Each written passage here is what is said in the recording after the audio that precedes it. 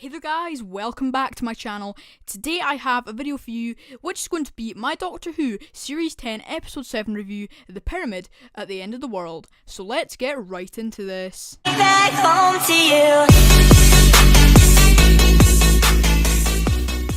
So let me start off by saying that I really enjoyed this story. It was definitely a billion times better than Extremis. So the story plot revolves around the United Nations summoning Bill to a base to help the Doctor, who they call the world's president. Now, before I get any further, again the BBC have done a great job here for the scenery around the pyramid, especially when they're outside.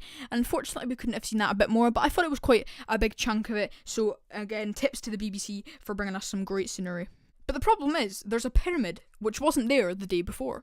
Now, of course, the monks return because this is part 2 of the monks trilogy, and I definitely thought they were better in this story. So, in this story we have all the armies, the main big armies. We have the United States, China and Russia, I believe, and it's all the leaders and they all sort of come together, which I really liked about this story, how they all sort of come together and are almost like a team. Eventually we enter the pyramid and we see the monks are basically controlling everything that happens in the world. The monks were saying that in order for them to help the characters, that the characters had to give honest and true consent, otherwise they would be killed. Immediately the Doctor told everyone not to give consent, but nobody listened, of course. And eventually the monks killed the UN leader. So, the Doctor, Bill and Nardole. Let me just mention Nardole again. I thought he was much better in this story. He wasn't in it loads, but the bits that he was in, he was pretty good. We find out, the Doctor, Bill and Nardole find out that someone somewhere is unintentionally destroying the planet. They eventually figure out it must be some sort of lab, but they have to narrow it down. So eventually the Doctor and Nardole head there and they leave Bill alone with the army leaders and the monks. So back in the lab we have been seeing this character Edna and another guy who I've forgotten his name, sorry about that, I've forgotten his name, but they were both really good characters, especially Edna. She was great in this story. I think she'd be a very good companion actually. BBC, bring her back, please. Yeah, I think she'd be a really great Series 11 companion, even though it'll be a different Doctor. I think she'd be pretty good, pretty interesting, pretty unique as well. So, for a while in the lab, the sort of gases have been killing the plants, and eventually the guy who she's working with dies. So, the Doctor and Edna work together to save the world, and the Doctor decides to blow up the lab. Eventually, all the Doctor has to do is punch a few buttons into a computer to release the airlock door, and then he would be safe and secure.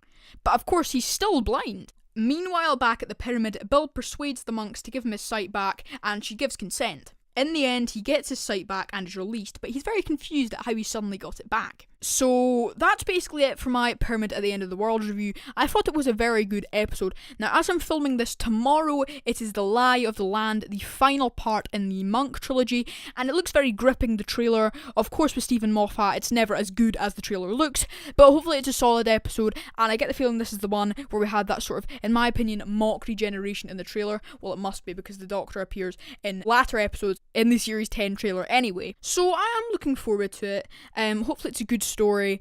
I don't think anything can be as bad as Extremis, to be honest. In my review, I think I was a tad harsh on it, but not that harsh, because I rewatched it again recently, and I still found it pretty bad, but it wasn't as bad as my first viewing. So, as I've already said, I really enjoyed this episode. Time for my rating. I would give it a great 7.8 out of 10. I think that makes it the third best episode of the series so far, which is a really great rating considering the episode we've had before this. I just thought it was really good, even though the promotional image, which is the thumbnail, is pretty bad because it's Peter Capaldi in his Series 9 costume. That doesn't affect the story though. I thought it was a really great story, really greatly paced, I guess, and yeah, I thought it was really great, and it was just way better than Extremis, and it was a good, nice story, I guess. So yeah guys, that's about it for my Pyramid at the End of the World review. This will be quite a bit shorter than my Extremis review, I hope anyway. So yeah guys, I hope you have enjoyed this video. Series 10 so far, it's been a pretty good series. I think it's been quite good. I thought it was going to be really good at the start, but then Extremis has sort of destroyed it a bit. There was maybe 2, maybe 3 episodes so far that I haven't liked.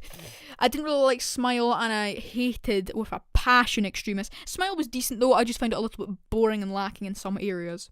but it's been a good series overall. So yeah guys, I hope you have enjoyed this video. If you have, don't forget to support it with a like, subscribe below if you haven't already, and I'll catch you guys next time for another awesome video. Peace out. Even in the line of fire, when everything is on the wire, and you run up against the